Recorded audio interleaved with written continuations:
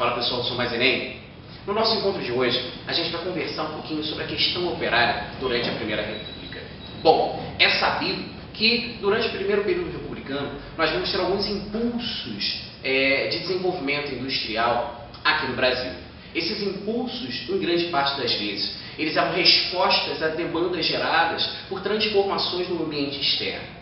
O Brasil mantinha o seu padrão agrário exportador e consumidor de produtos industrializados e manufaturados. Mas em determinados eventos, o consumo desses produtos era colocado em xeque. Como por exemplo o que, Paulo? Durante a Primeira Guerra Mundial. Entre 1914 e 1918, grandes nações industrializadas, que inclusive eram parceiras do Brasil no fornecimento de produtos já manufaturados, industrializados, eles se envolvem no esforço de guerra, direcionando a sua própria atividade industrial para o conflito. O que acontece no Brasil? Há necessidade, há demanda por determinados produtos, sobretudo produtos industrializados de bens de consumo não duráveis.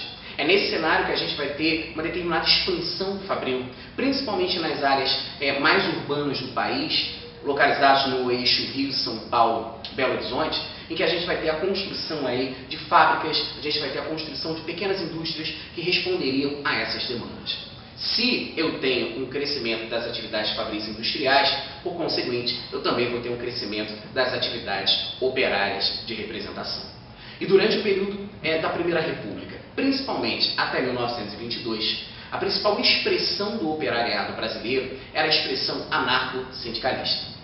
O anarquismo vai encontrar no Brasil a sua expressão sindical, trazido principalmente por imigrantes que vinham de diversas regiões da Europa e traziam consigo essas referências ideológicas.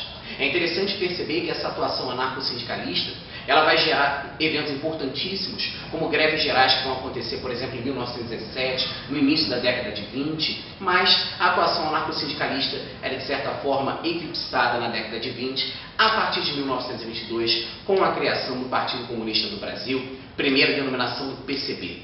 A partir da fundação do Partido Comunista do Brasil, que é fundada também muito reflexo do sucesso da Revolução Bolchevique na Rússia, a Revolução Socialista, acaba que os comunistas ocupam muito o espaço que eram anteriormente dos anarquistas dentro desse movimento operário, dentro desse movimento sindical. É interessante a gente perceber também que já nessa primeira parte do século XX, nós temos uma preocupação do Estado brasileiro em controlar esses grupos e controlar esses indivíduos.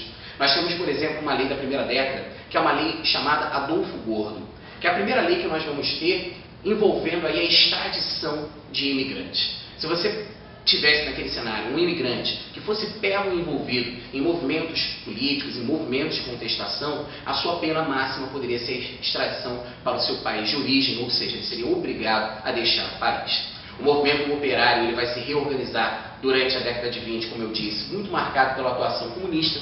E quando a gente entra na década de 30, já no período Vargas, os sindicatos eles são cooptados pelo Estado varguista, pelo corporativismo varguista e assumem uma nova posição, assumem uma nova feição de menor enfrentamento, de maior colaboração com o Estado. Bom, pessoal, a gente fica por aqui hoje. Não deixe de curtir os nossos vídeos e não se esqueça, não vá se perder por aí.